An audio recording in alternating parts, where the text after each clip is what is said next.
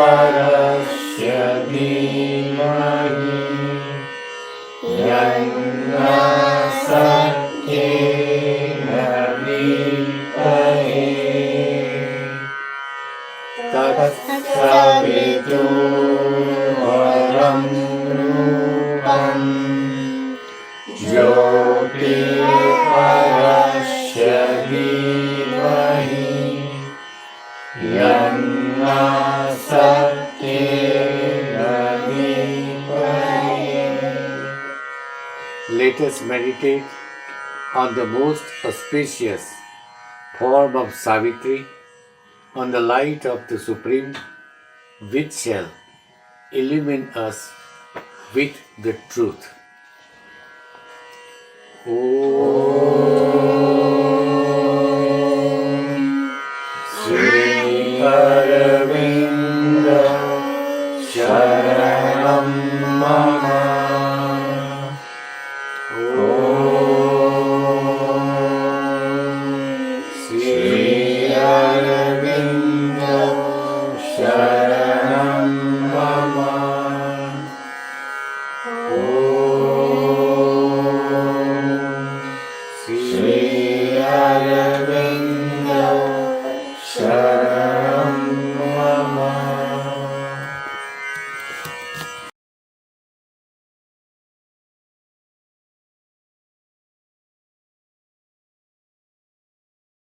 તો કિરીટભાઈને હું માઇક્રોફોન સોંપું એ પહેલાં કિરીટભાઈનો પરિચય. દોડા દિવસે હાથમાં ટોર્ચ લઈને સુરતને શોધવાનો પ્રયત્ન કરું છું. પ્લીઝ માફ કરજો. તો કિરીટભાઈ એ સાહિત્યના માણસ છે. કિરીટભાઈએ ઘણું બધું લખેલું છે. કિરીટભાઈએ ઘણા બધા ટ્રાન્સલેશન કરેલા છે. અને જો સાચું કહું તો ગુજરાતની અંદર ખૂબ વ્યવસ્થિત રીતે સાવિત્રીનું જ્ઞાન વધે અને સાવિત્રીના શ્લોકોનું, સાવિત્રીની વાતોનું ખૂબ સરસ પ્રચાર થાય એનું બહુ અદ્ભુત કાર્ય એમણે ઉપાડેલું છે. અને એમના ટ્રાન્સલેશનો એક પછી એક દર 3-4 મહિને આવતા જાય છે અને એ ખરેખર ખૂબ સરસ હોય છે. સાદી ભાષામાં પણ બહુ સરસ રીતે સમજાવેલું હોય છે એમાં. આ ઉપરાંત એ શ્રી અરવિંદ નિવાસ તરફથી પ્રકાશિત થતા સમર્પણ મેગેઝિનનું પણ સંપાદન કરે છે. અને હવે હું શ્રી કિરીટભાઈ ઠક્કરને આજનો પ્રોગ્રામ ચાલુ કરવાની ગીતા ઉપર શ્રી અરવિંદનો વિચારો એની ઉપર એમને વિનંતી કરું છું. તો કિરીટભાઈ, થેન્ક યુ. જય માતાજી.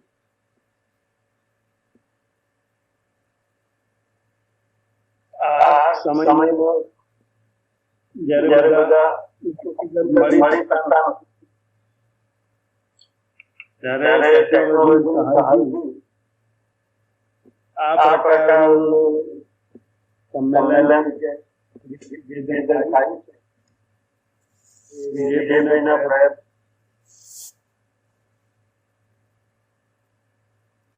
આજે આપણે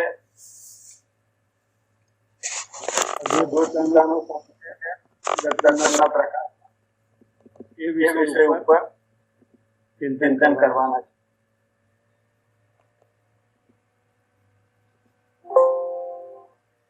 ભગવદ ગીતા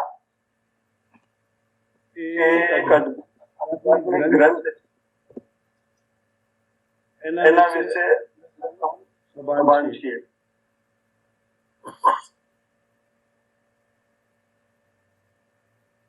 એના ઉપર અનેક ભાષ્યો થયા થતા રહે છે અને થતા રહેશે. લગભગ હજી તો આ ગ્રંથનું અને લગભગ બધા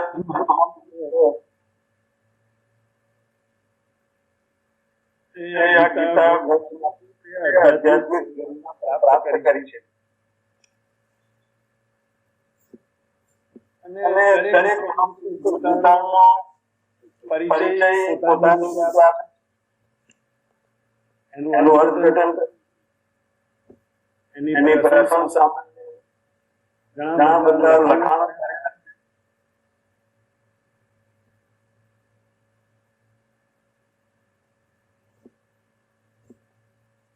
અને એ બધા બહુ પ્રેરણાદાયક.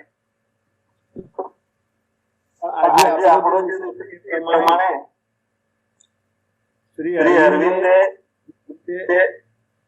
ગીતાને આપણી સમજ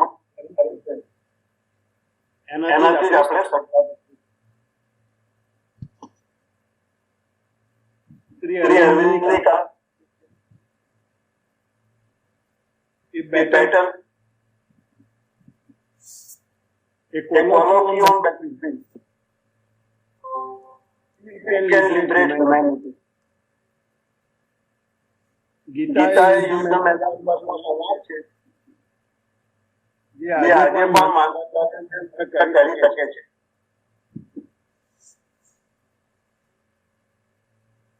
માનવ જાતિને અજ્ઞાનમાંથી મુક્ત કરીને જ્ઞાન પરત કરી દે. અને આપણે જાણીએ છીએ કે યુદ્ધના મેદાન પર આ જે સંવાદ થયો છે એ સંવાદ ભગવાન શ્રી કૃષ્ણ અને માનવ જાતિના શ્રેષ્ઠ પ્રતિનિધિ ધનુર્ધન શ્રી અર્જુન વચ્ચે થયો છે. આપણે એની પૃષ્ઠભૂમિ પણ જાણીએ છીએ.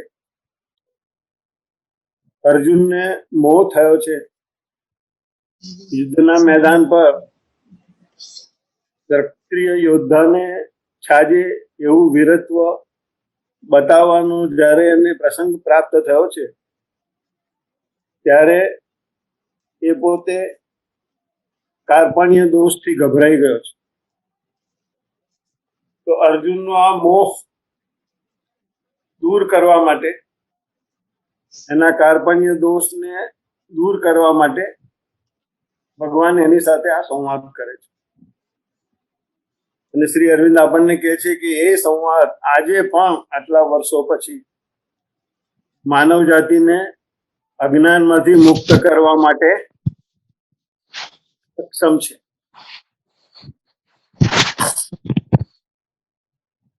આટલો સમય થયો, કાળ વીતતો જાય છે તેમ ગીતાની પ્રસ્તુતતા વધતી જાય છે. હર યુગે અને માનવ જાતિ પોતાના જીવનના પ્રસંગોમાં પણ ગીતાના સંદેશની પ્રસ્તુતતાનો અનુભવ કરે છે.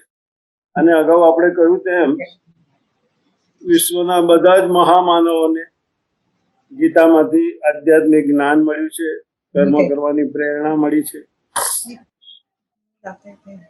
તો એની પ્રસ્તુતતાનું કારણ સમજાવતા શ્રી અરવિંદે પોતાના ગીતા નિબંધોમાં આ વસ્તુ લખી છે. શરૂઆતમાં જ કે કોઈ પણ ગ્રંથ હોય, કોઈ પણ મહાન કૃતિ હોય, એમાં બે તત્વો હોય. એ બે તત્વોને શ્રી અરવિંદ એક ટેમ્પોરલ અને બીજું ઇટર્નલ એ રીતે ઓળખાવે છે. ટેમ્પોરલ એટલે ઐહિક વસ્તુ છે. એ ગ્રંથમાંની ઐહિક વસ્તુ એ તે સમયને, તે સ્થળને, કાળને લગતી વસ્તુ હોય છે. અને જે શાશ્વત તત્વ હોય એ ગ્રંથમાં, તે શાશ્વત સમય સુધી, શાશ્વત કાળને લાગુ પડતું હોય એવું તત્વ હોય છે. ગીતામાં આ તત્વ જે છે, શાશ્વત તત્વ, એ છે આ સંવાદ, ભગવાન શ્રી કૃષ્ણ અને અર્જુન વચ્ચેનો સંવાદ. એમાં જે ટેમ્પોરલ છે, ઐહિક તત્વ છે, તે તો કુરુક્ષેત્રમાં એક કુટુંબના ભાઈ બંધુઓ સત્તા માટે, ઝઘડવા માટે ભેગા થાય છે અને એકબીજાને મારી નાખવા માટે તૈયાર થયા છે. આટલું જ ઐહિક તત્વ છે એમાં. બાકીનું બધું જ એમાં શાશ્વત તત્વ છે. અને એ શાશ્વત તત્વને લઈને જ ગીતા આજે પણ આટલી જ પ્રસ્તુત છે. ને શ્રી અરવિંદના શબ્દો આપણે વાપરીએ, સ્ટીલ કેન લિબરેટ હ્યુમેનિટી. ને ગીતાનો જે સંદેશ છે, એક બહુ જ મોટી આધ્યાત્મિક પ્રવૃત્તિનો પાયો છે. ગીતાને લઈને અને ગીતાના સમય પછી, કુરુક્ષેત્ર પછી વિશ્વમાં જે આધ્યાત્મિક પ્રવૃત્તિઓ વ્યાપી છે, અથવા તો જે પણ આધ્યાત્મિક પ્રવૃત્તિઓ થઈ રહી છે, એનો પાયો આ ગીતાનો સંદેશ છે એમ શ્રી અરવિંદ.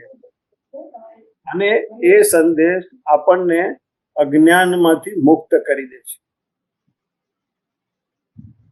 હવે શ્રી અરવિંદે ગીતા નિબંધો લખ્યા, એના વિશે માતાજીએ જે એક વાક્ય લખ્યું છે એનો ઉલ્લેખ કરી લઉં અને પછી આગળ આપણે એની ચર્ચા કરીશું.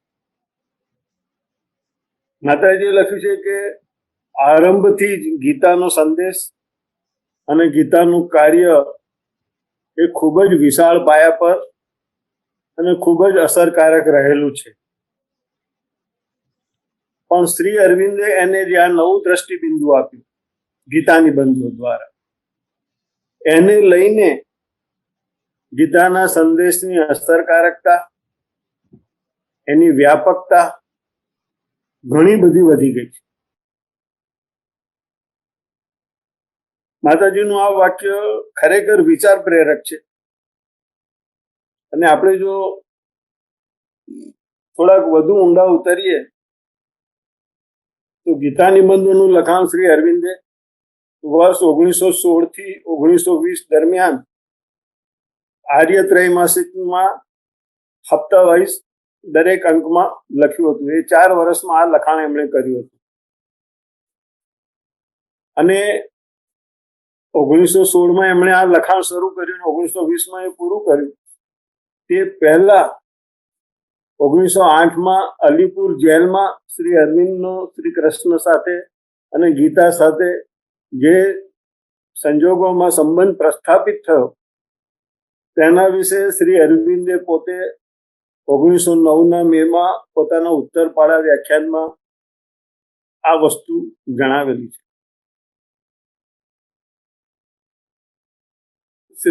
શ્રી અરવિંદને શરૂઆતના એ જેલના પીરિયડમાં એવું થયું હતું કે મારે તો ભારતને આઝાદ કરાવવાનું છે અને ભગવાને માતાજીએ મને જેલમાં મૂકી દીધો તો હું મારી એ પ્રવૃત્તિ કેવી રીતે કરીશ, અને થોડીક કટોકટીની એ પાળ હતી. અને તે વખતે એમણે આ લખ્યું છે કે ભગવાન મારી સમક્ષ પ્રગટ થયા, મારા હાથમાં એમણે ગીતા મૂકી, અને જેવી એમણે ગીતા મારા હાથમાં મૂકી તો મારી અંદર એમની શક્તિનો સંચાર થાય અને હું ગીતાની સાધના કરવા લાગ્યો. મેં ગીતા વાંચી એવું એમણે નથી કહ્યું. હું ગીતાની સાધના કરવા લાગ્યો અને મને એ સાધના દ્વારા મારી અંદર કોઈ મારી બુદ્ધિને સંતોષવા માટેની કોઈ પ્રખર ઈચ્છા હતી એવું કશું ન હતું. મારે તો ભગવાનના આદેશને સાંભળવો હતો, મારે તો ભગવાનના આદેશનું પાલન કરવું હતું. અને ગીતા પાસે હું ગયો ત્યારે મારો ઉદ્દેશ આ હતો. હું એનું અર્થઘટન કરવા માંગતો નહોતો, બુદ્ધિથી એને સમજવા પણ નહોતો માંગતો.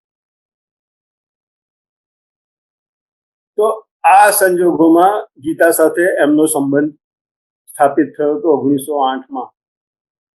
અને એમની ગીતાની સાધના એટલી પ્રખર રહી કે એમને બહુ જ થોડા સમયમાં ગીતા જેને પરમોચ્ચ અનુભૂતિ કહે છે, વાસુદેવ સર્વમિતિ સમહાત્મા સુદુર્લભ, એ અનુભૂતિ એમને જેલમાં જ થઈ. એમણે એ અનુભૂતિ વિશે પણ ઉત્તરપાડા વ્યાખ્યાનનો ઉલ્લેખ કર્યો છે. એ બધા ઇન્વર્ટેડ કોમામાં શબ્દો છે કે જેલની દિવાલો એ મારે માટે જાણે વાસુદેવ ના બાહુઓ મને ઘેરી વળ્યા હોય એવો મને અનુભવ થતો. જેલના સળિયામાં મને નારાયણ દેખાતા હતા. મારી કોટડીની બહાર એક વૃક્ષ ઊભું હતું, એ વૃક્ષ જાણે મને મારા પ્રિયતમ શ્રી કૃષ્ણની છાયા મારા ઉપર પાથરી રહ્યું હતું. એમને આગળ લખ્યું છે કે ન્યાયાધીશો, વકીલો, બીજા જે મારા સહકેદીઓ હતા જેને લોકો ચોર, લૂંટારા, ડાકુ ગણાય, એ બધામાં મને વાસુદેવનું દર્શન થતું. એટલે આ પૃષ્ઠભૂમિ છે, આ એમનું બેકગ્રાઉન્ડ છે. અને ગીતા જેને પરમોચ્ચ અનુભૂતિ કહે છે, મનુષ્યાણામ સહસ્રેષુ કશ્ચિત સિદ્ધયતિ વર્તતે, એકાદું વિરલ વ્યક્તિને આવી અનુભૂતિ થાય છે. આ અનુભૂતિ પ્રાપ્ત કર્યા પછી એમણે 1916 થી 20માં આ ગીતા નિબંધો લખ્યા છે. માતાજીએ જે કહ્યું છે કે ગીતા નિબંધોમાં શ્રી અરવિંદે ગીતાને નવું દ્રષ્ટિબિંદુ આપ્યું છે, એક નવું જ ઓરિએન્ટેશન એમણે તૈયાર કર્યું ગીતા નિબંધોના માધ્યમ દ્વારા. અને એને લઈને ગીતાની જે મૂળ અસરકારકતા હતી, જે એની વ્યાપકતા હતી, એમાં અનેક ગણો વધારો થયો. એટલે આપણે જયારે આ માતાજીનું આ વાક્ય ટાંકીએ ત્યારે સ્વાભાવિક છે કે કોઈક તો આપણને એવો પ્રશ્ન પૂછે કે ભાઈ શ્રી અરવિંદે ગીતાને નવું દ્રષ્ટિબિંદુ આપ્યું, તે શું? તમે અમને એના વિશે કંઈક કહેશો? પણ આપણે તો દરેક આજે જેટલો સમય છે એટલા સમયમાં સમગ્ર ગીતાની ચર્ચા કરીશું ને એમાં આ બધા ઉલ્લેખો થશે પણ ખરા. પણ વિશિષ્ટ 2-3 મુદ્દાઓની ચર્ચા અત્યારે હું કરી લઉં છું, કારણ કે એના સંદર્ભમાં ગીતાનો જે સંદેશ છે તેની સમજ આપણી વધુ પાકી થશે. ગીતાનું જે પેલું પ્રખ્યાત વાક્ય છે, કથન છે, યોગઃ કર્મસુ કૌશલમ, કર્મમાં કુશળતા એ યોગ છે. એ આપણે બધાએ સાંભળેલું છે. એના વિશે કેટલાય ભાષ્યો પણ થયા છે અને બધા મહાપુરુષોએ પોતાની રીતે એનું અર્થઘટન કર્યું છે. એ આપણને એમણે સમજાવવાનો પ્રયત્ન કર્યો છે. પણ આપણું વિચાર કરતું મન એ બધા ભાષ્યો વાંચ્યા પછી પણ આપણને પ્રશ્ન તો પૂછતું જ હતું કે કૌશલમ એટલે શું, કૌશલમની વ્યાખ્યા શું. હું હંમેશા સફળ તો પહેલો નંબર આવું, હું વિજય પ્રાપ્ત કરું, બીજા બધાને હરાવીને હું આગળ જતો રહું, આ જ કુશળતા કહેવાય.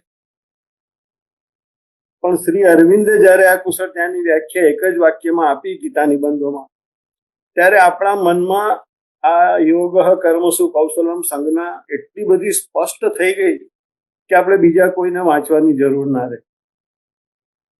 શ્રી અરવિંદે આ વાક્ય લખ્યું છે, the measure in which one offers one's works to the divine, that is કૌશલમ. આપણા કર્મોની જેટલી માત્રામાં આપણે ઈશ્વરને સમર્પિત કરી શકીએ, ઈશ્વરને અર્પણ કરી દઈ શકીએ, એ આપણી કુશળતા છે. આપણે જુઓ કઈ હાઈટ પર જઈ રહ્યા છે. આ નવું દ્રષ્ટિબિંદુ શ્રી અરવિંદે આપણને આપ્યું છે, એમ માતાજી આપણને સૂચન કરે છે. બીજે એક બે ઉદાહરણ લઈએ. યજ્ઞની ભાવનાથી કર્મ કરવાની વાત ગીતાએ બહુ સારી રીતે સમજાવી છે. અને ભગવાને અર્જુનને કહ્યું, અર્જુનને જ્યારે આ બધો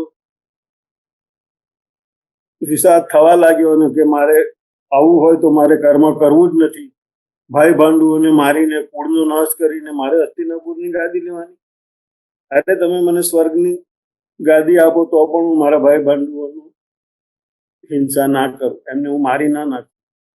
આવી પરિસ્થિતિમાં અર્જુન હતો અને ભગવાને એને કહ્યું કે જે લોકો યજ્ઞની ભાવના વગર કર્મ કરે છે એ લોકોને જ એમના કર્મ બંધનમાં નાખે છે. જે લોકો યજ્ઞની ભાવનાથી કર્મ કરે છે એમને એમના કર્મો ક્યારેય બંધનમાં નાખતા નથી. હવે સામાન્ય માણસ જેનું વાંચન ઓછું હોય, જેની સમજશક્તિ ઓછી હોય, એ તો બાહ્ય કર્મકાંડ છે, ક્રિયા છે, યજ્ઞ છે, એની ગળમથલમાં પડી જાય. પણ અહીંયા પણ શ્રી અરવિંદે આ યજ્ઞની ભાવનાને એટલી સરસ રીતે સમજાવી. શ્રી અરવિંદ કહે છે કે આપણું આ વિશ્વ આદાન પ્રદાનથી જ ચાલે છે. કોઈ પણ વ્યક્તિ, કોઈ પણ સાધક, મોટો સિદ્ધ પુરુષ પણ જો એમ કે હું સર્વથા સર્વથી અલગ છું તો એની એ વાત સદંતર ખોટી છે. આપણા બધાની સતતા આદાન પ્રદાનમય સતતા છે. અત્યારે પણ આદાન પ્રદાન ચાલી રહ્યું છે. આપણે કેટલા એના વિશે સભાન છીએ એ પ્રશ્ન છે. તો ભગવાને એવું કહ્યું કે આ વિશ્વવ્યાપી આદાન પ્રદાન રૂપી યજ્ઞ આ આવિર્ભાવમાં ચાલી જ રહ્યો છે. પેલા સ્થૂળ કર્મકાંડને સમજવા કરતા આ જે આંતરિક યજ્ઞ ચાલી રહ્યો છે, અને શ્રી અરવિંદના એક એક વાક્યો એટલા ભાર સહિત એમણે મૂકેલા છે. એમણે કહ્યું છે કે પૃથ્વી પરનો દરેક પ્રાણી, દરેક મનુષ્ય આ જે આદાન પ્રદાન રૂપી યજ્ઞ ચાલે છે એનું હવી પણ બને છે અને એ આ યજ્ઞથી પોતે પોષણ પણ મેળવે છે. આને આપણે ભૌતિક રીતે પણ વિચાર કરીએ ને તો મારા ને તમારા જીવનમાં આ આદાન પ્રદાને કેટલો મહત્વનો ભાગ ભજવ્યો. ક્યારેક આપણે આદાન પ્રદાન રૂપી યજ્ઞમાં હવી રૂપે બનીએ છીએ. આપણે હવી થઈએ અને બીજાને એનો લાભ મળે. ક્યારેક આપણને લાભ મળે ને બીજા એના હવી થયા હોય. આ બહુ સૂક્ષ્મ વસ્તુ છે. આ યજ્ઞની ભાવના એ એક જ જુદો જ વિષય છે જેના વિશે આપણે 2-3 કલાક વાત કરી શકીએ. પણ આ ગીતાને શ્રી અરવિંદે નવું દ્રષ્ટિબિંદુ આપ્યું અને શ્રી અરવિંદે સમજાવ્યું છે કે સ્થૂળ કર્મકાંડમાં રાસ્તા રહેવાને બદલે નૈસર્ગિક યજ્ઞ જે અહીં ચાલી રહ્યો છે આપણા વિશ્વમાં આવિર્ભાવમાં, અને જે આદાન પ્રદાનમાં આપણે એમાંથી પોષણ મેળવીએ છીએ, આપણે ક્યારેક એમાં એના અગ્નિમાં હવી પણ બનીએ છીએ, અને આ રીતે સૃષ્ટિનું સંચાલન ચાલી રહ્યું છે. અને આ જે આદાન પ્રદાન રૂપી યજ્ઞ છે એનું સંચાલન કરનાર પ્રકૃતિ છે, અને એના ભોગતા ભગવાન છે. એટલે કહેવાનું તાત્પર્ય છે, કૃષ્ણ ભગવાન અર્જુનને કહે છે કે જે વ્યક્તિ આ આદાન પ્રદાન રૂપી યજ્ઞ વિશે સભાન નથી તે મૂળ છે, અને એનું જીવન સ્વાર્થમાં જ પસાર કરી દે છે. અને એવી વ્યક્તિને તો એના કર્મ બંધનમાં નાખે જ નાખે. પણ જો આ આદાન પ્રદાન રૂપી યજ્ઞ જે ચાલી રહ્યો છે, જેમાંથી આપણને ફાયદો મળી રહ્યો છે, જેમાં આપણા દ્વારા બીજાને ફાયદો મળી રહ્યો છે, લાભ થઈ રહ્યો છે, એના વિશે અંતરમાં થોડીક પણ સમજ પ્રાપ્ત થાય તો પછી એવી વ્યક્તિને એના કર્મો બંધનમાં નાખતા નથી. અને ત્રીજો એક બહુ જ મહત્વનો મુદ્દો છે ભગવદ્ ગીતાનો, અને એના આધારે જ આપણે આખો આ સંદેશ જે શ્રી અરવિંદે કહ્યું છે કે આ ગીતાનો સંદેશ જે બધી આધ્યાત્મિક પ્રવૃત્તિઓનો પાયો છે, અને એ માણસને અજ્ઞાનમાંથી મુક્ત કરીને જ્ઞાન પરત્વે લઈ જાય છે, એનું રહસ્ય આ વાક્યમાં છે. ગીતાનું એક વાક્ય છે કે દેહધારી પ્રાણી કર્મ કર્યા વગર રહી શકે જ નહીં. એટલે આપણે ઘણી વખત સાંભળીએ છીએ કે ભાઈ ફલાણા વ્યક્તિએ તો સંન્યાસ લઈ લીધો, એને આ સંસાર સારો નતો લાગતો એટલે હિમાલયમાં જતા રહ્યા અને મહાન સંત થઈ ગયા. ત્યારે આપણને એવો વિચાર આવે કે ગીતા આવું કેમ કે છે કે દેહધારી પ્રાણી કર્મ કર્યા વગર રહી જ ના શકે? તો આ બધા જે પોતે મુક્ત થઈ ગયા, મોટા 1008 થઈ ગયા, એ બધું કે છે એ શું? આપણને એવા પ્રશ્નો થાય. શ્રી અરવિંદે કર્મની જે વ્યાખ્યા આપી છે ને આ મુદ્દાની ચર્ચા કરતા, એ કર્મની વ્યાખ્યા જો આપણા મનમાં ગોઠવાઈ જાય તો ગીતાનું આ વાક્ય દેહધારી પ્રાણી કર્મ કર્યા વગર રહી ન જ શકે એ બહુ જ સ્પષ્ટ થઈ જાય આપણા. શ્રી અરવિંદે લખ્યું છે કે પરમાત્માની જે પરા પ્રકૃતિ છે, જેના દ્વારા એ પરા પ્રકૃતિ દ્વારા પરમાત્માએ આ વિશ્વનું સર્જન કર્યું છે, આ સૃષ્ટિનું સર્જન કર્યું છે, અને આ સૃષ્ટિનું પાલન પોષણ પણ એ પરાશક્તિ દ્વારા જ કરી રહ્યા છે. એ પરાશક્તિની માનવના જીવનમાં પળે પળ થતી અભિવ્યક્તિ એ છે કર્મ. હવે બીજા લોકો કહે છે કે અમે તો કર્મ નથી કરતા. વેદાંતનો તો આ સિદ્ધાંત છે કે જ્ઞાનીને જ્ઞાન થાય એટલે એ કર્મ કરે જ નહીં. પણ ગીતા પણ વેદાંતનો જ ગ્રંથ છે, અને ગીતામાં ભગવાને આ પોઝિટિવ સ્ટેટમેન્ટ આપ્યું કે દેહધારી પ્રાણી કર્મ કર્યા વગર રહી શકે જ નહીં. અને શ્રી અરવિંદે કર્મની કરેલી આ વ્યાખ્યા છે એ જો આપણે સમજી લઈએ તો પરમાત્માની પરાશક્તિની અભિવ્યક્તિને રોકી શકવાનું કોઈનું ગજું છે ખરું?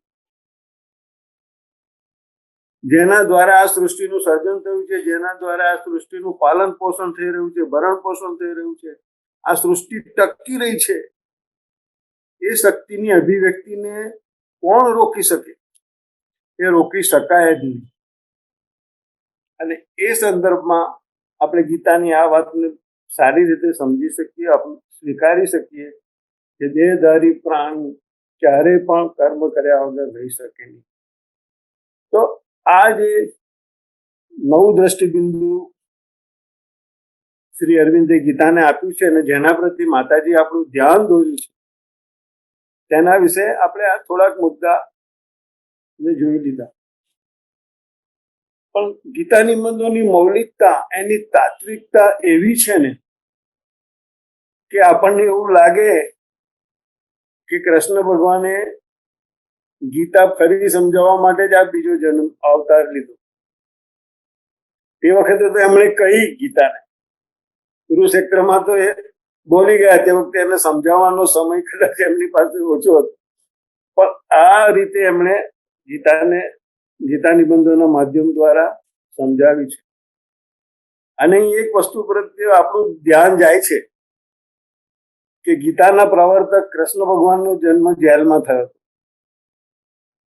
અને ગીતાને આ જે નવું દ્રષ્ટિબિંદુ આપ્યું, ગીતાની જે કોમ્પ્રિહેન્સિવ સમજ આપણને પૂરી પાડવામાં આવી, એના બીજ પણ જેલમાં જ રોપાયા. તો આ જે ગીતાને એમણે નવું દ્રષ્ટિબિંદુ આપ્યું છે, એ થોડાક મુદ્દાની આપણે ચર્ચા કરી. પણ હવે આપણે શ્રી અરવિંદે જે કહ્યું છે કે ગીતા નો સંદેશ એ બધી આધ્યાત્મિક પ્રવૃત્તિનો પાયો છે, અને આજે પણ એ માનવને અજ્ઞાનમાંથી મુક્ત કરીને જ્ઞાન પ્રતિ દોરી જઈ શકે છે. હવે આપણે આરંભ કરીએ, ગીતાનો આરંભ થાય છે ત્યાંથી શરૂઆત કરીએ. આપણે જાણીએ છીએ કે ગીતાનો આરંભ થાય છે અર્જુન વિષાદ યોગથી. કુરુક્ષેત્રમાં આવીને એણે કૃષ્ણ ભગવાનને કહ્યું કે મારા રથને બંને સેનાઓની વચ્ચે જઈને ઉભો કરી દો. અને પછી એણે જોયું બંને બાજુ ભાઈ બંધુઓ, સગાવાલાઓ, કૌરવના સૈન્યમાં પણ એ જ છે, ગુરુઓ છે, વડીલો છે, જેને બહુ સન્માન આપ્યું, જેમના ખોળામાં રમ્યા એ વડીલો છે. પોતાના પક્ષે પણ બધા સગાવાલાઓ જ છે, એના પોતાના સગાવાલાઓ, અને કૌરવ એમના ભાઈઓ એટલે એ પણ એમના સગાવાલાઓ. અને અર્જુને જોયું કે ગમે તે મરશે, છેવટે તો કુળનો વિનાશ થવાનો જ છે. અને એના મનમાં આ વિષાદ ઉત્પન્ન થયો કે કુળનો વિનાશ થાય અને જો હું એમાં સાધન બનું તો એનું પાપ તો મારે જ ભોગવવું પડે. અને હસ્તિનાપુરનું રાજ્ય લેવા આ બધું મારે નથી કરવું. વિષાદગ્રસ્ત થયો તો એની બુદ્ધિ ભ્રમિત થઈ ગઈ, અને એણે ભગવાનને કહી દીધું કે હું યુદ્ધ નહીં કરું. શ્રી અરવિંદ આ મુદ્દાને બહુ સારી રીતે સમજાવે છે. શ્રી અરવિંદ એને વ્યાપક અર્થમાં લે છે કે અર્જુનનો પ્રશ્ન એ માનવ જાતિનો પ્રશ્ન છે.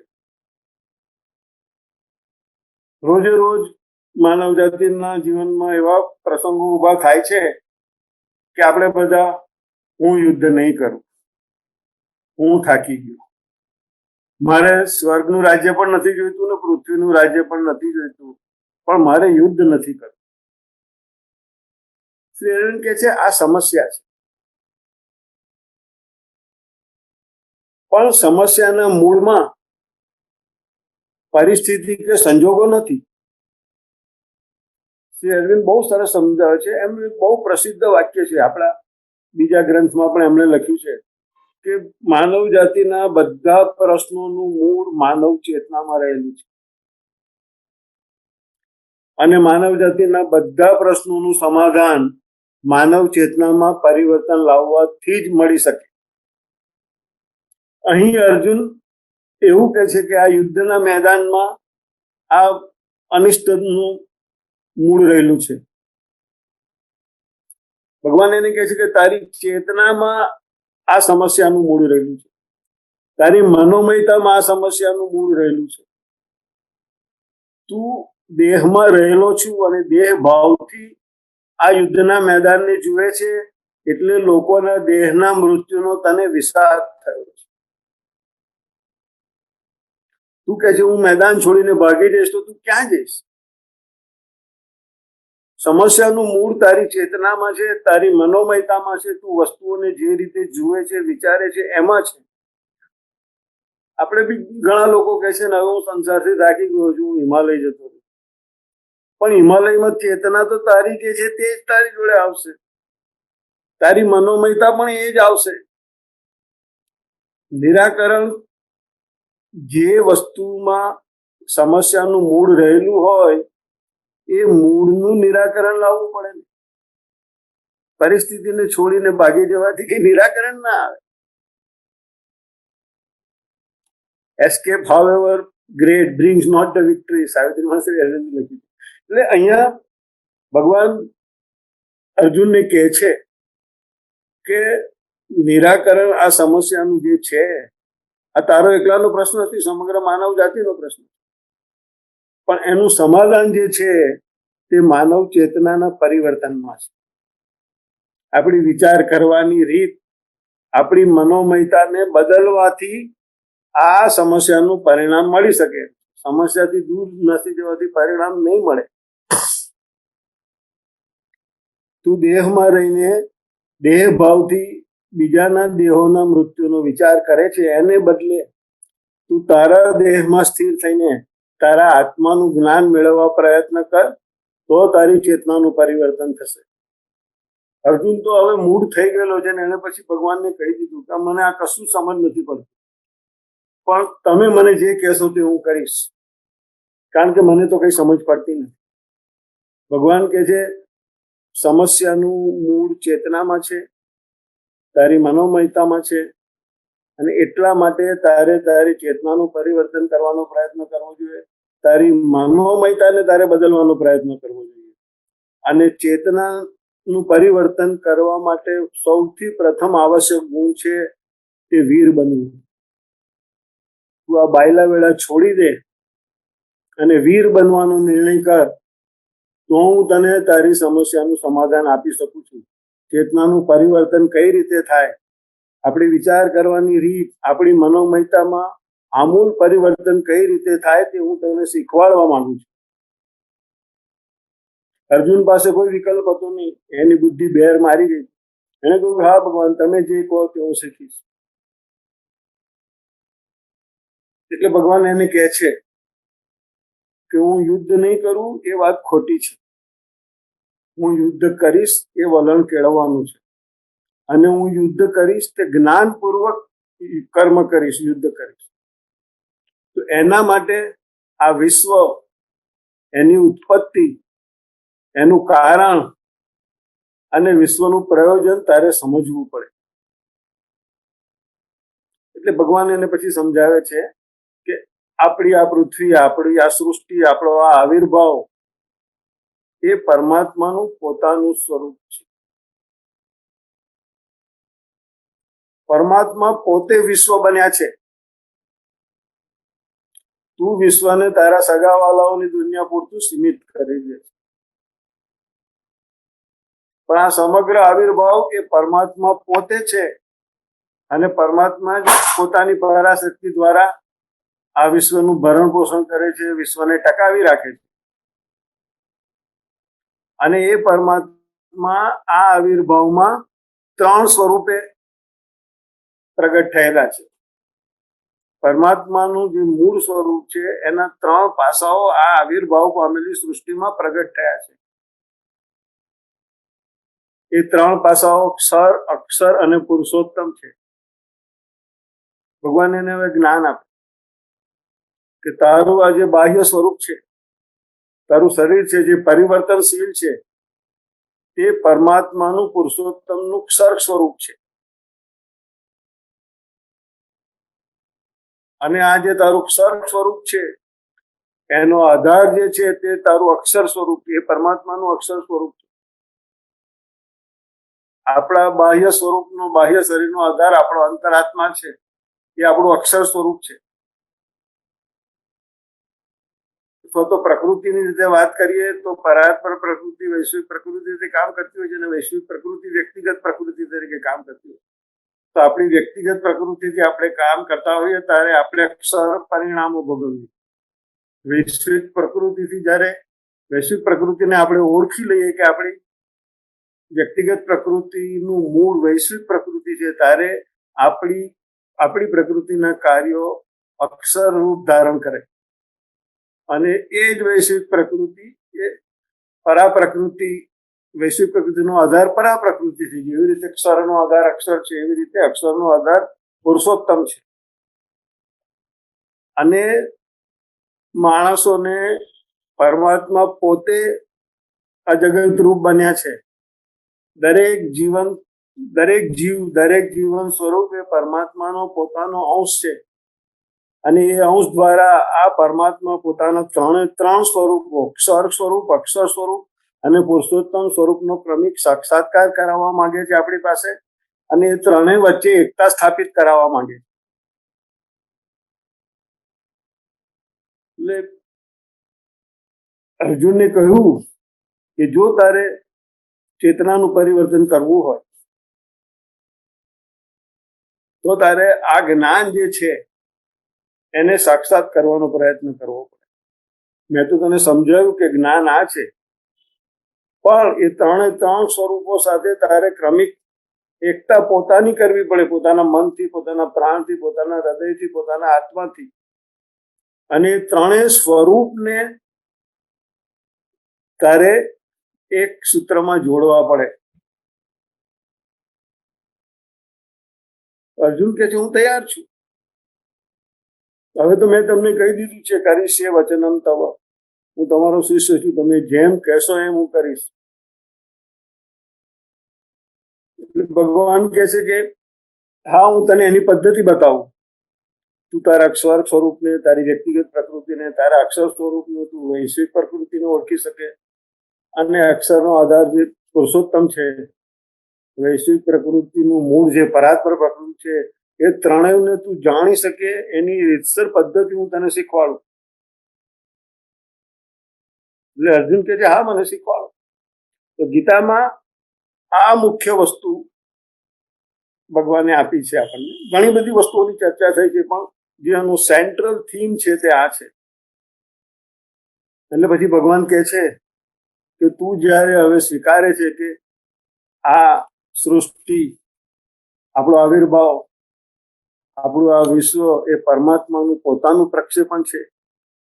પરમાત્મા પોતે જ બન્યા છે વિશ્વ, અને પરમાત્માના ત્રણેય સ્વરૂપો ક્ષર, અક્ષર અને પુરુષોત્તમ, એ ત્રણેયને તું ઓળખવા માંગતો હોય અને એ ત્રણેયનો સાક્ષાત્કાર તું સિદ્ધ કરવા માંગતો હોય તો ગીતા, ભગવાન કહે છે હું તને એવું કહું છું કે આ સાક્ષાત્કાર પ્રાપ્ત કરવા માટે કર્મયોગ દ્વારા જ, જીવનનો સ્વીકાર કરીને જીવનમાં કર્મો કરતા કરતા જ તું આ સાક્ષાત્કાર સિદ્ધ કરી શકે એમ છું.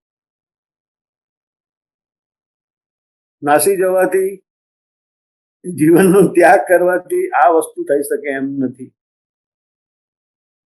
પછી ભગવાન એને કહે છે કે હું યુદ્ધ નહીં કરું એ વાત તું ભૂલી જા. યુદ્ધ કરવાનું જ છે. જે પણ જીવ આ કુરુક્ષેત્ર રૂપી, જીવન રૂપી કુરુક્ષેત્રમાં પ્રવેશ કરે છે એને સંગ્રામ કરવો જ પડે. પણ એ સંગ્રામ કરવાની રીત હું તને બતાવું. યુદ્ધ કઈ રીતે કરવાનું? કર્મ તો કરવું જ પડે. ગીતા કે છે ને અનિવાર્ય છે. આપણી શુદ્ધ ગુજરાતી ભાષામાં એવું કહી શકાય કે બાપની બાઈ પકડીને પણ કર્મ તો કરવું જ પડે. એટલે ભગવાન કહે છે તને તારે માટે જે નિયત થયેલા કર્મો છે તે તારે કરવાના. અને તારે માટે નિયત થયેલા કર્મો એ પછી ગમે તે કર્મ હોય, કચરો વાળવાનું કર્મ હોય કે ગીતા ઉપર ભાષણ આપવાનું કર્મ હોય, એ કર્મ તને પરમાત્મા દ્વારા સોંપવામાં આવ્યું છે. એ ભાવપૂર્વક તારે કરવાનું. બીજી વસ્તુ, કર્મમાં પસંદગીનું તત્વ હોવું ના જ જોઈએ. મને આ કર્મ ગમે છે, મને આ કર્મ નથી ગમતું, એ વાત ચાલે નહીં. પસંદગી વગર નિયત થયેલું કર્મ કામના રહિત થઈને તારે કરવાનું. એમાં કોઈ પ્રકારની કામના ના હોવી જોઈએ, પસંદગી ના હોવી જોઈએ. હું આ જ કર્મ કરીશ, હું આ જ રીતે કરીશ, એવું કશું જ નહીં. કામનાનો સંપૂર્ણ ત્યાગ અને પરિણામમાં કોઈ પણ પ્રકારની આશા રાખ્યા વગર સંપૂર્ણ અનાસક્ત ભાવે તારે આ બધા કર્મો કરવાના. અને તું સતત કર્મો કરે અને છતાંય પરિણામ માટે તારી અંદર આસક્તિ ના હોવી જોઈએ. તને એટલી સમજ હોવી જોઈએ કે પરમાત્મા જે સર્વજ્ઞ છે, ઈશ્વર જે બધું જાણે છે, સમજે છે, એના ઉપર તું તારા કર્મના પરિણામનું ફળ છોડી દે. તું જે ફળની પસંદગી કરીશ કે માગણી કરીશ એના કરતા પરમાત્માને વધારે ખબર છે કે તને તારા કર્મનું ફળ આપવું કે નહીં, અને આપવું તો શું આપવું.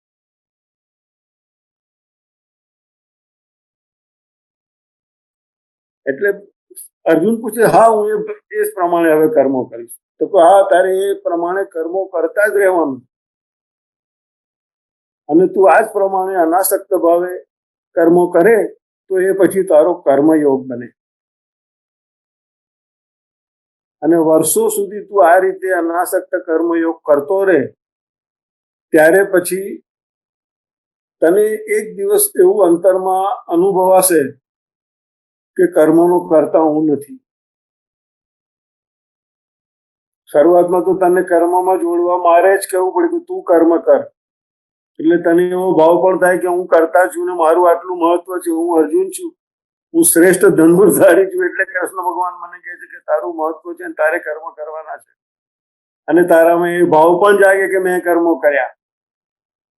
પણ હું તને કહું છું કે જો તું કર્મ આ રીતે અનાસક્ત કર્મો કરતો જ રહીશ તો એક દિવસ તારા અંતરના ખૂણામાંથી કોઈક એવી લાગણી પ્રગટ થશે કે મને લાગે છે કે કર્મો હું કરું છું, પણ કર્મોનું કરતા હું તો નથી.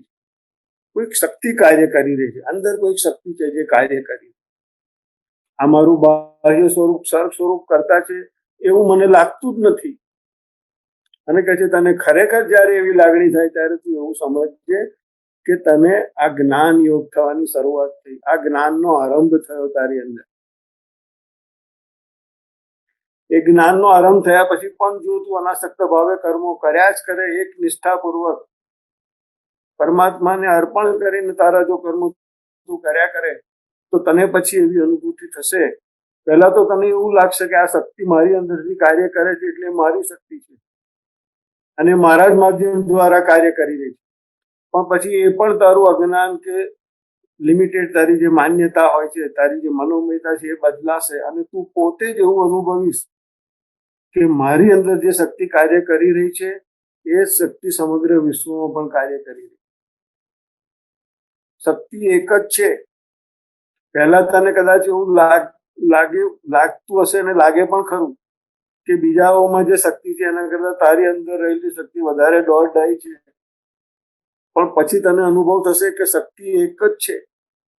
એ વૈશ્વિક શક્તિ છે અને એ વૈશ્વિક શક્તિ બધા જ દ્વારા કાર્ય કરી શકે, તારા દ્વારા જ કાર્ય કરી શકે. એ અજ્ઞાન તારું દૂર થઈ જશે અને શક્તિ જ કરણને પસંદ કરે છે. કોઈ કરણ એમ કે આ મારી પસંદગીથી હું કાર્ય કરું છું, આ મારી આવડત છે, આ મારી હોશિયારી છે, તો એ પણ એક ભૂલ છે. વૈશ્વિક શક્તિ એક જ છે. એક જ શક્તિ દરેક માનવ કરણો દ્વારા કાર્ય કરે છે અને એ કરણને પણ શક્તિ જ પસંદ કરે છે. આ કાર્યના પરિણામો એટલી માત્રામાં અલગ હોઈ શકે જેટલી માત્રામાં કરણની ચેતનાનો જેટલો વિકાસ થયો, જેને આપણે વધારે કે સારું કે ખોટું કે ખરાબ કરીએ છીએ, પણ બીજો તાત્વિક કોઈ જ ફરક નથી. અને આ અવસ્થાએ જો તું ખરેખર એવું અનુભવે કે એક જ શક્તિ છે વિશ્વમાં, એ કાર્ય જુદા જુદા કરણો દ્વારા એ જ શક્તિ કાર્ય કરે છે, ત્યારે તારું જ્ઞાન સંપૂર્ણ થયું કહેવાય. ત્યારે તારો જ્ઞાન યોગ સિદ્ધ થયો કહેવાય. અને જ્ઞાન યોગ સિદ્ધ થાય એટલે તારે પછી એવું વિચારવાનું કે મારે આ વૈશ્વિક શક્તિના સભાનકરણ બનવું છે. તારે તારી સભાનતા કેળવવાની. સામાન્ય મનુષ્યો કર્મો કરતા હોય છે અને જે શક્તિ એમને પસંદ કરે એનું કરણ એ બને જ, કારણ કે શક્તિ એમને પસંદ કર્યા હોય છે. પણ છતાં એમની અંદર સભાનતાનું તત્વ ઓછું હોય એવું પણ બને. પણ જ્યારે જ્ઞાન યુગ સંપૂર્ણ થાય ત્યારે તારી ફરજ બને છે કે તારે સભાનકરણ બનવાનો પ્રયત્ન કરવો જોઈએ અને તને જે પણ કાર્યો કરવાના પ્રાપ્ત થાય એ બધા તારે રાજી ખુશીથી કર્મો કરવા જોઈએ. શ્રી અરવિંદે લખ્યું છે, you try to become conscious instrument and be a willing worker of the Shakti. અને જ્ઞાનની આ અવસ્થાએ તું જ્યારે સભાનકરણ બનવાનો પ્રયત્ન કરીશ અને વૈશ્વિક શક્તિનું રાજી ખુશીથી કર્મ કરનારું કારણ બની જઈશ. વેઠ ઉતારવાની નહીં, આનંદપૂર્વક રાજી ખુશીથી જે કાર્ય સોંપવામાં આવે તે કરવાનું. એવી અવસ્થા થશે ત્યારે પેલી વૈશ્વિક શક્તિના સંકલ્પ જોડે તારા વ્યક્તિગત સંકલ્પની એકરૂપતા થશે. પછી તારો સંકલ્પ એ જ વૈશ્વિક શક્તિનો સંકલ્પ, એ બે વચ્ચે એકતા થઈ જશે અને પછી પણ તારે કર્મ ચાલુ રાખવાનું. એટલે અર્જુન કહે છે જ્ઞાન તો થઈ ગયું, પછી કર્મ શા માટે ચાલુ રાખવાનું? અરે ગીતા અહીંયા એક બહુ સરસ સંજ્ઞા આપી છે, લોક સંગ્રહ. ભગવાન કહે છે જ્ઞાનીઓએ પણ અનાસક્ત કર્મયોગ કરતા જ રહેવાનું છે, કારણ લોક સંગ્રહને કારણે. બહુ જ અદભુત સંજ્ઞા છે લોક સંગ્રહ. એ પણ એક બહુ મોટો વિષય છે, પણ ટૂંકમાં ભગવાને એવું સમજાવ્યું છે કે સિદ્ધ પુરુષો, શ્રેષ્ઠ પુરુષો જે આચરણ કરે તે જ સામાન્ય માણસો પણ કરે. એટલે શ્રેષ્ઠ પુરુષો, જ્ઞાની પુરુષો જો કર્મનો અનાદર કરે તો પછી આવિર્ભાવ પામેલી સૃષ્ટિનું થાય શું? અને આ અવસ્થાએ પણ પછી તું કાર્ય ચાલુ રાખે, જ્ઞાન સંપૂર્ણ થયા પછી પણ તું કાર્ય ચાલુ રાખે, તું વૈશ્વિક શક્તિનું સભાનકરણ બની રહે, રાજી ખુશીથી કાર્ય કરતું કારણ બની રહે, ત્યારે પછી એ વૈશ્વિક શક્તિ એનું મૂળ સ્વરૂપ તારી સમક્ષ પ્રગટ કરશે. પહેલા તો તને એવું લાગતું તું કે તું જ કરતા છે, શક્તિ ભક્તિ જેવું છે જ નહીં, પણ પછી તને અનુભવ થાય કે શક્તિ કાર્ય કરે છે. પછી એ શક્તિ તારી નથી પણ વૈશ્વિક શક્તિ છે, બધામાં એક જ શક્તિ કાર્ય કરે છે, એ તને જ્ઞાન થાય. અને એ વૈશ્વિક શક્તિ સાથે તારી સભાનતા પૂર્વકની એકરૂપતા થાય અને રાજી ખુશીથી તું વૈશ્વિક શક્તિના સંકલ્પો અનુસાર જ કાર્ય કરતો થાય, ત્યારે વૈશ્વિક શક્તિ જે પરાત્પર શક્તિનું સ્વરૂપ છે, તે પરાત્પર શક્તિ પોતાનું મૂળ સ્વરૂપ તારી સમક્ષ પ્રગટ કરે. જે પરાત્પર શક્તિના માધ્યમથી પરમાત્માએ આ સૃષ્ટિનું સર્જન કર્યું છે, જે શક્તિ દ્વારા પરમાત્મા આ સૃષ્ટિનું પાલન પોષણ કરી રહ્યા છે, એ શક્તિ તારી સમક્ષ પ્રગટ થશે અને તારા મન, હૃદય ને પ્રાણ માં એક પ્રકારનો આનંદ, એક પ્રકારનો પ્રેમ ભરાઈ જશે. અને કારણ કે પરાશક્તિ અને પરમાત્મા એ બેનું અદ્વૈત છે, સત અને ચિત્તનું અદ્વૈત છે. આપણી સમજ માટે આપણે પરમાત્માને પરાત્પર શક્તિને અલગ ગણીએ છીએ, પણ વાસ્તવિકતામાં પરમાત્મા અને પરાત્પર શક્તિનું અદ્વૈત હોવાથી એ પરાત્પર શક્તિ પોતાનું મૂળ સ્વરૂપ જ્યારે તારી સમક્ષ પ્રગટ કરશે, ત્યારે તને પરમાત્માનું પણ દર્શન થશે.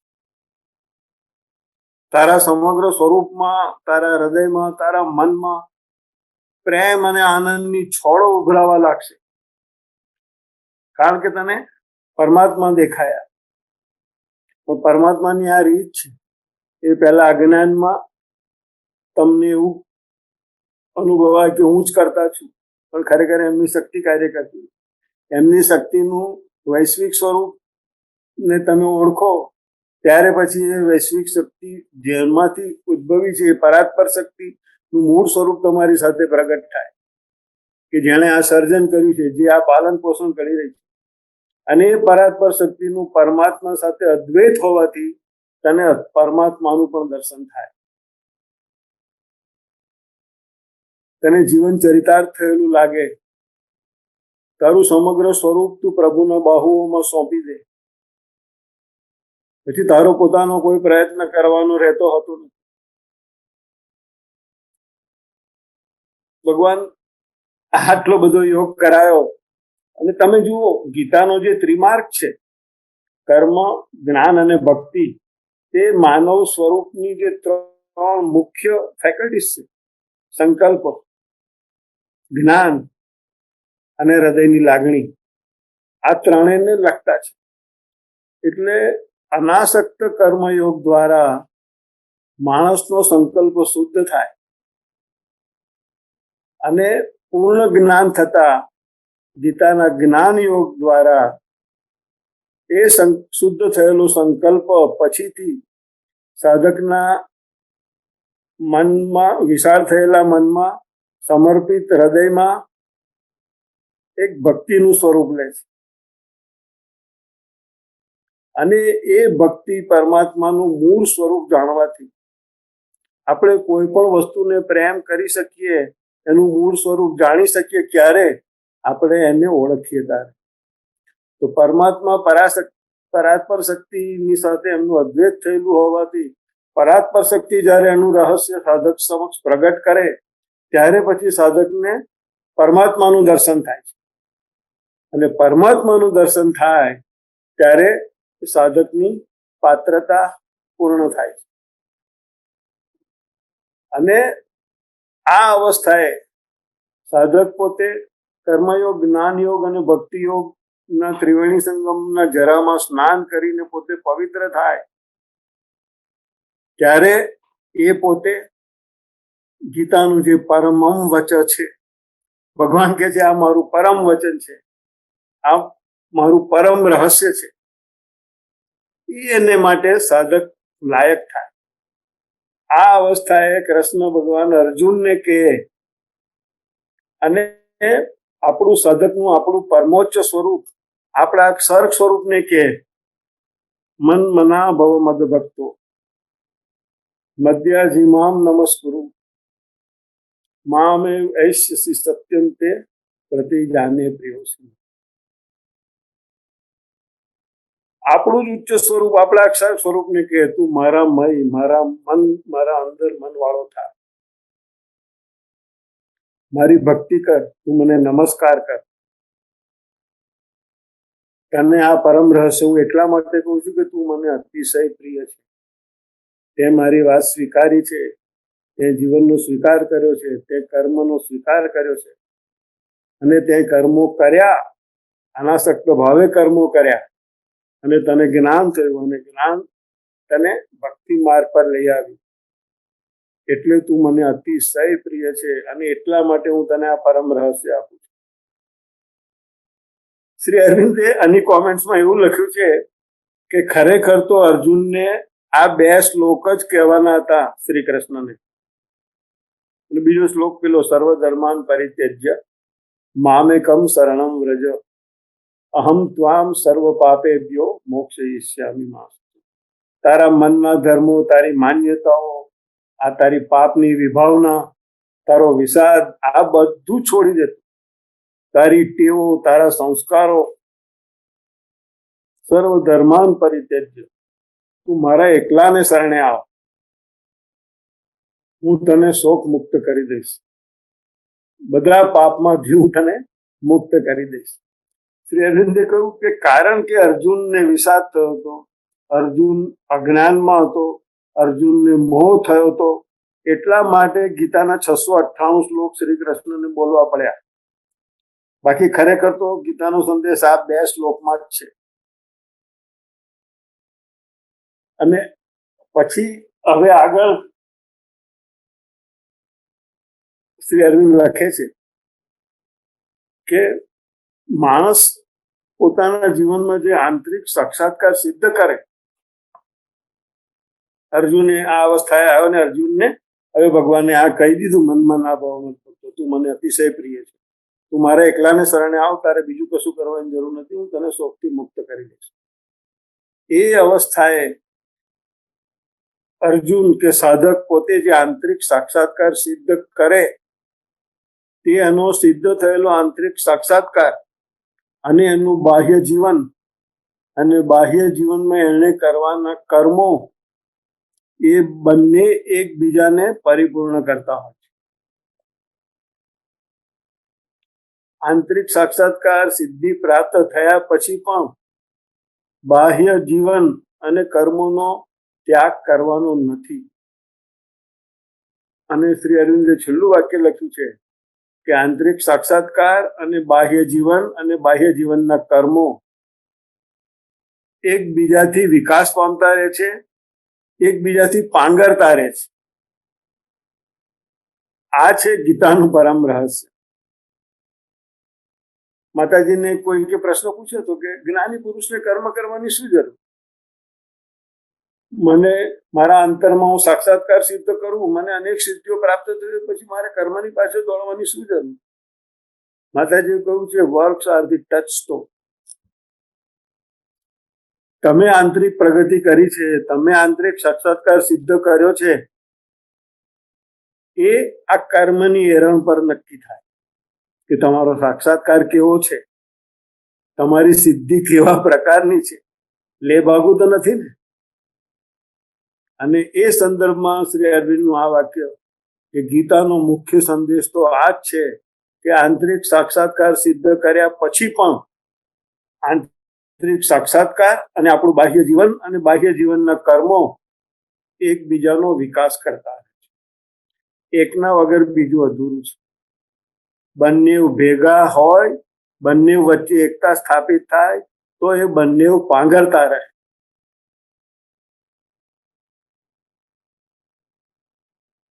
આ છે ગીતાનો મુખ્ય સંદેશ. ગીતામાં બીજી ઘણી બધી વસ્તુ છે, ઘણી બધી સંજ્ઞાઓ પણ છે, પણ આ મુખ્ય વસ્તુ આ છે. અને એટલા માટે જ ગીતાને એવું કહેવામાં આવ્યું છે કે ગીતામાં જે કર્મનું રહસ્ય પ્રગટ કરવામાં આવ્યું છે એ જ આપણા પૃથ્વી પરના જીવનનું મુખ્ય રહસ્ય છે.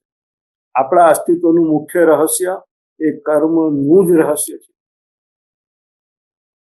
માતાજીએ એમની 92 વર્ષની ઉંમરે શ્રી અરવિંદ સોસાયટીના એક મેગેઝિન માટે હસ્તલિખિત મેસેજ આપેલો છે. એ પબ્લિશ થયેલો છે આપણા સોસાયટીના રજત જયંતિ વર્ષના સોવેનિયરમાં. એ માતાજીના હસ્તાક્ષરમાં લખેલું છે. માતાજી કહ્યું, the more I go, the more I go, the more I realize it is in work that Sri Aurobindo's yoga is best done. Gita સ્પષ્ટ કરે છે કર્મ જ આપણા યોગનો આધાર છે. કર્મો સતત થતા રહેવા જોઈએ, એમાં પૂર્ણતા આવતી રહેવી જોઈએ. અને સિદ્ધિ પ્રાપ્ત થયા પછી પણ આપણી સિદ્ધિને જો આપણે વધારે પાંગરવી હોય અને વધારે સિદ્ધ કરવી હોય તો કર્મો કરતા રહેવું પડે. સિદ્ધિ કર્મોને સંપૂર્ણ કરે, કર્મો સિદ્ધિને સંપૂર્ણ કરે. જય માં.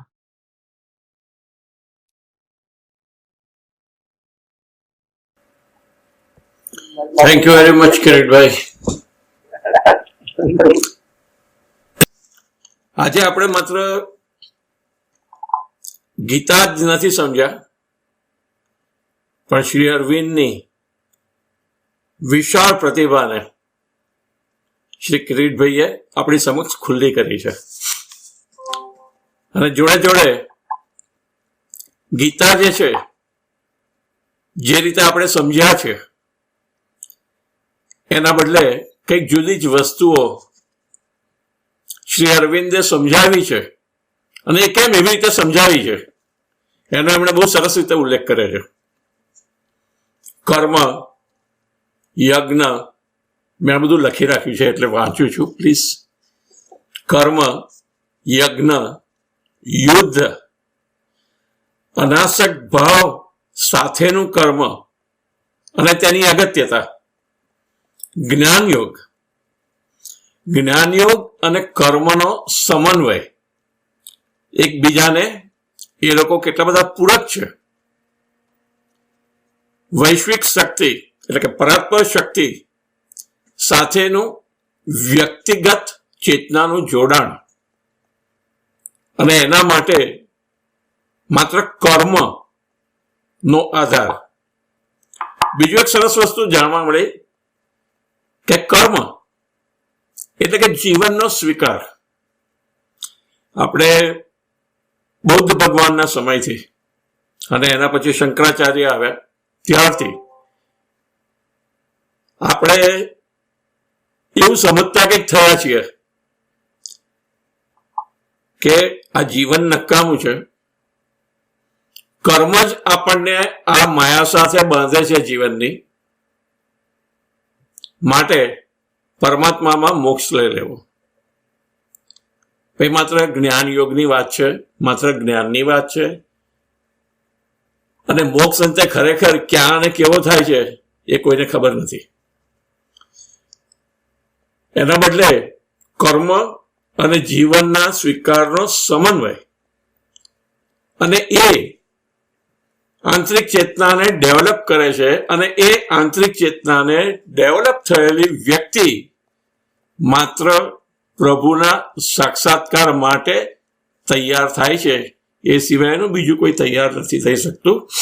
કર્મ એટલે જીવન, એ પણ કર્મ શેના માટે, એની એક આખી સરસ બાજુ શ્રી કિરીટભાઈએ આજે આપણને બતાવી છે.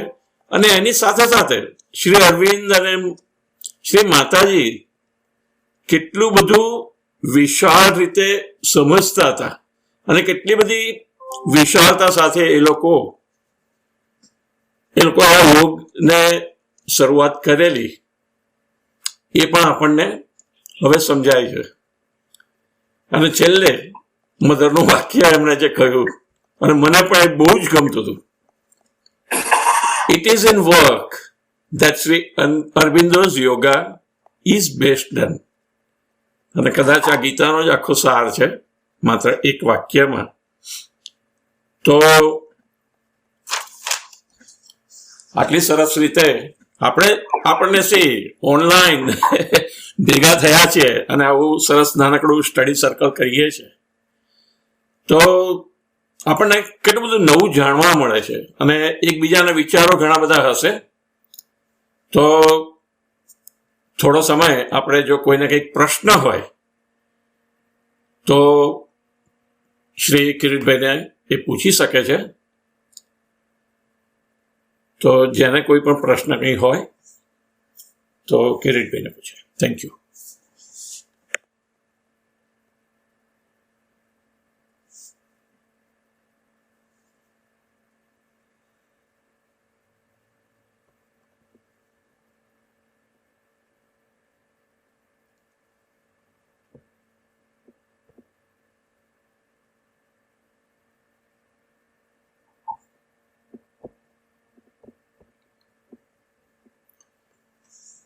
તો હું માનું છું કે એમણે જે વાત કરી એ બધા બહુ સારી રીતે સમજ્યા છે, અને કદાચ થોડુંક પચાવવા માટે પણ સમય જોઈએ એવું લાગે છે. કારણ કે નવી જ રીતે કર્મ, જ્ઞાનયોગ, અનાસક્ત ભાવ એ બધાને સમજાવવામાં આવ્યું છે. તો આના પછીનું આપણે છેલ્લે પ્રેયર કરીશું. તમે લોકો તમારા ઘરમાં, તમારા રૂમમાં ગાઓ જોડાજોડ, તો તમને ખૂબ મજા આવશે. પણ અહીંયા માઇક્રોફોનમાં એ અવાજ ના આવે એનું ખાસ ધ્યાન રાખજો, અને માઇક્રોફોન મ્યુટ રાખજો. પ્રેયર પણ આપણે જેમ શ્લોક જોયા એ રીતે પ્રેઝન્ટેશન સાથે આવશે. સુંદર પ્રેઝન્ટેશનથી તમને એ કંઈક નવી રીતે જોવા મળશે. પ્રેયર પતે એટલે અડધી મિનિટનું મૌન છે, અને તે વખતે પણ સ્ક્રીન ઉપર 1-2 પિક્ચર્સ આવશે, અને પછી છેલ્લે એક ટોકરીનો અવાજ થશે, અને ત્યાં આગળ એ પ્રેઝન્ટેશન પૂરું થશે, અને આપણે પણ જોડાજોડ બધા વિખરાઈશું. તો થેન્ક યુ વેરી મચ.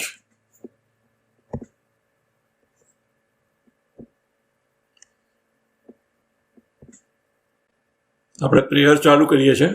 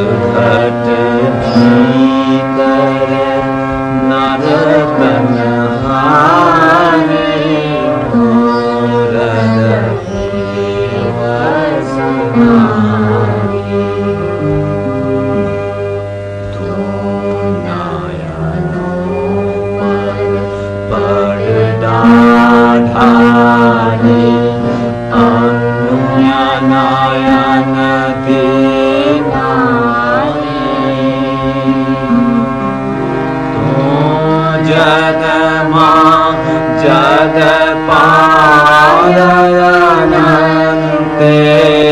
મમ સંગે ઝુમનારી મમ સંગે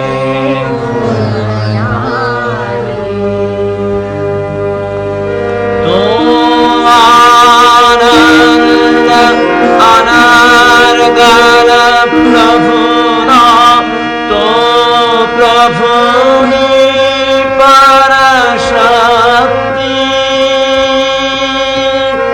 તો પ્રભુની પરશક્તિ તો આનંદ અનર્ગલ પ્રભુના તો પ્રભુની પરશક્તિ તો પ્રભુની પરશક્તિ તોરત સત સૌધારણ તોરત સત સૌધારણ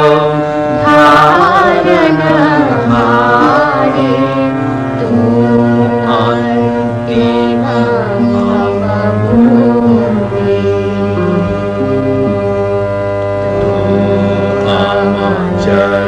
ચરણોની ગતિ તો અમને તને ધ્રુવતારા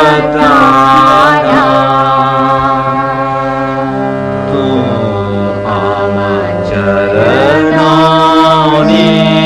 ગતિ તો અમને તને ધ્રુવતારા તબ હૃદયે આમ વાસ સદા હો હે હરિની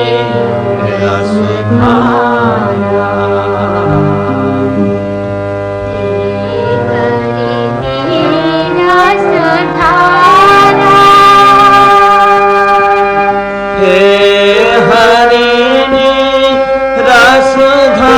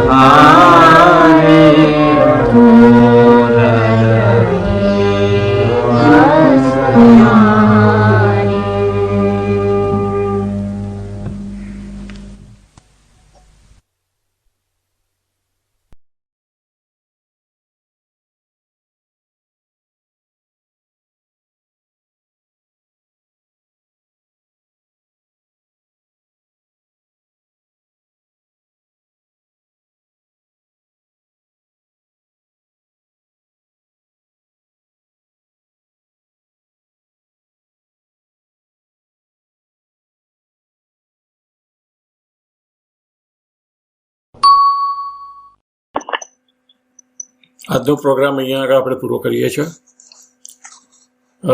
શ્રી કિરીટભાઈ ઠક્કર સાથેનું આજનું સ્ટડી સર્કલ આપણને ખૂબ ઉપયોગી થયું છે. એટલીસ્ટ મને તો ઘણું ઉપયોગી થયું છે. અને વિડીયો ને બધું તમને લોકોને અવેલેબલ થશે થોડા ટાઈમમાં, 1-2 દિવસમાં. રેકોર્ડિંગ ચાલતું હતું એટલે હું માનું છું કે બધું જ વ્યવસ્થિત રીતે રેકોર્ડિંગ થયું છે.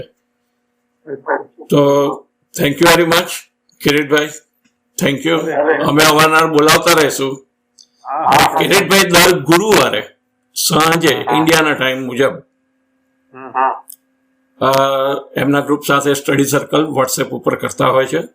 જે કોઈને પણ જોડાવું હોય એમની સાથે. હાજી બોલો. સાવિત્રી શબ્દામૃતની જે ચોપડીનું ભાષાંતર કરતા જાય છે એનું વાંચન થાય છે.